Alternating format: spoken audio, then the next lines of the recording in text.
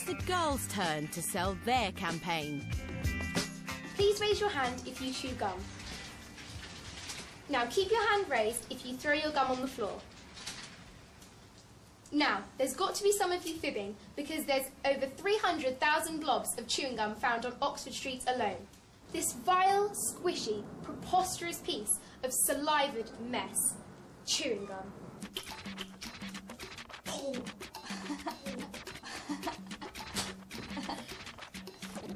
Hey guys, haven't you heard about Gum for Garbage? Whatever! Freeze! Green is a follower of our campaign. Guys, didn't you know it took us 150 million just to clean the streets from gum? Really?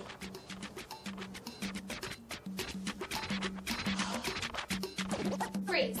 The 3 hooligans are now putting their gum in the trash can. Green has succeeded in her campaign. Gum for garbage, gum for garbage, gum for garbage. I think it should be a priority because it costs £150 million to clean up every year, and really we could be using that money to help people stop drinking and smoking and taking drugs. And I always say to people, why don't you pick that up? But no one ever listens to me because I'm just one person. But maybe if there was a group of people saying, why don't you pick that up, then they'll have peer pressure to actually pick something up. Well, I think if that's future politicians in there, then I feel really pleased. Yeah, I just thought the enthusiasm and the way that they all worked together was very good. Time's up. The teams have sold their campaigns and each candidate has had their chance to shine. The panel now has to decide the winning team. And for the losers, it means one of them will be the first to leave the leadership house. We're asking you to vote with balloons. So if you thought the girls' campaign, Gum for Garbage, was the best, please hold up a green balloon. If you thought the boys' campaign, Poop the Scoop, was better, please hold up a purple balloon. Oh. 1, 2, 3.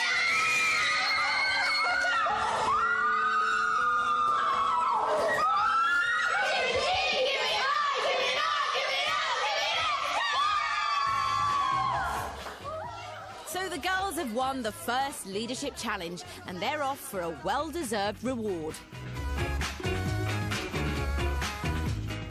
While the boys head back to the leadership house to face Jonathan Dimbleby.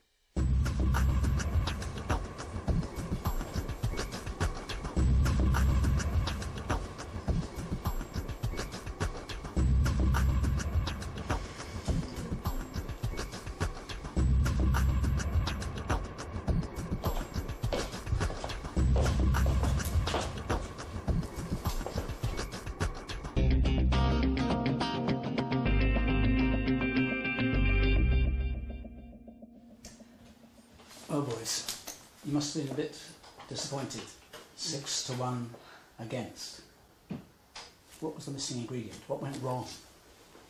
I think the way we all worked together as a team wasn't as good as it could have been, and that affected the whole thing. Plus, we're all used to being independent leaders as well.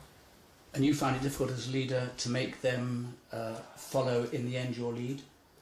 Certain people, when you tried to, they just wouldn't let you. They were worried that if they didn't do a bit more, they would be eliminated. Who were the certain people? Tudor, were you one of them?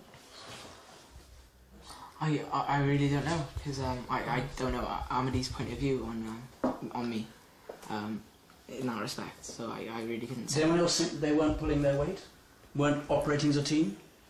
No, I don't think we were operating as a team as well as we could have, like Amadeep said, because I think we were still getting to know how other people worked. We were more as individuals and we didn't really gel together and come as a team.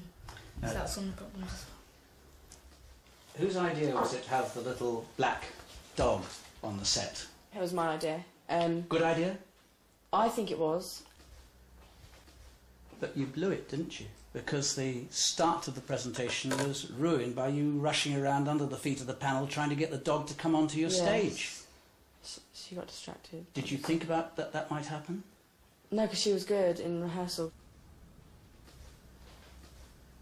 Who was it who, knowing that you could go to 2 shops, actually went to 3? That would have been me. I was taking a risk for the team that hopefully would have paid off, and yeah, I was taking the risk, and I think it paid off because the glasses we got from the pub were quite, I feel, added to the presentation quite a lot. Ben, you were very quiet during the presentation. I don't think I heard you open your mouth. Yeah, I was just doing to what I was told, and that was refreshments. Did you mind that? Well, the team leader decided it, and what he says goes. Amadip, why didn't you give him a bigger role? Because first, before we had our team meeting, I thought, well, who's going to be able to deliver the performance and make it effective as possible? And I thought, Jack. Jack's loud, he's witty, he's entertaining in a way.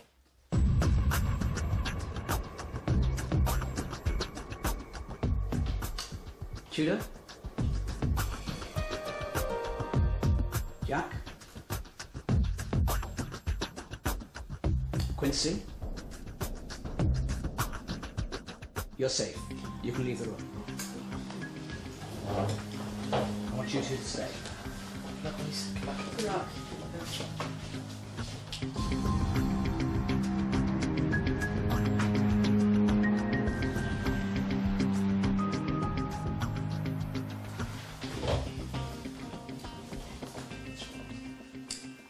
Ben, Amadip, I've got to choose which of you is to stay and which is to go. Ben, I think you've got lots of qualities, and I've seen some of those qualities, and I've no reason to suppose that leadership isn't going to be one of them. But in truth, you failed to show leadership at exactly the moment when it has to be shown, and often, if you don't show it at the right time, it's over. You said, Amadip, that it wasn't a very coherent team. I don't think you demonstrated the qualities of leadership that would, at the moment, get you to the end.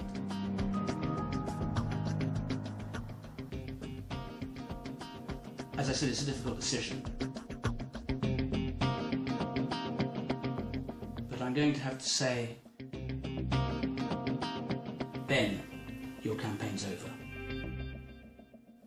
Now you can both go. I thought that the only thing that stopped me was the fact that I wasn't bonding with them enough. We're all the same age and we've got all the same skills, and I was really upset that Ben went, of all people, as well. In the end, poor Ben is a terrific guy and will do great things. He just clearly was not there on the day. He thought it had qualities, but I never proved it to him. He only heard it and he only thought it, but that wasn't enough, so I just want another chance. But it's an experience. Well, you've learnt so much and you've been fantastic. Thank you. Ben's the very first candidate to leave the leadership house.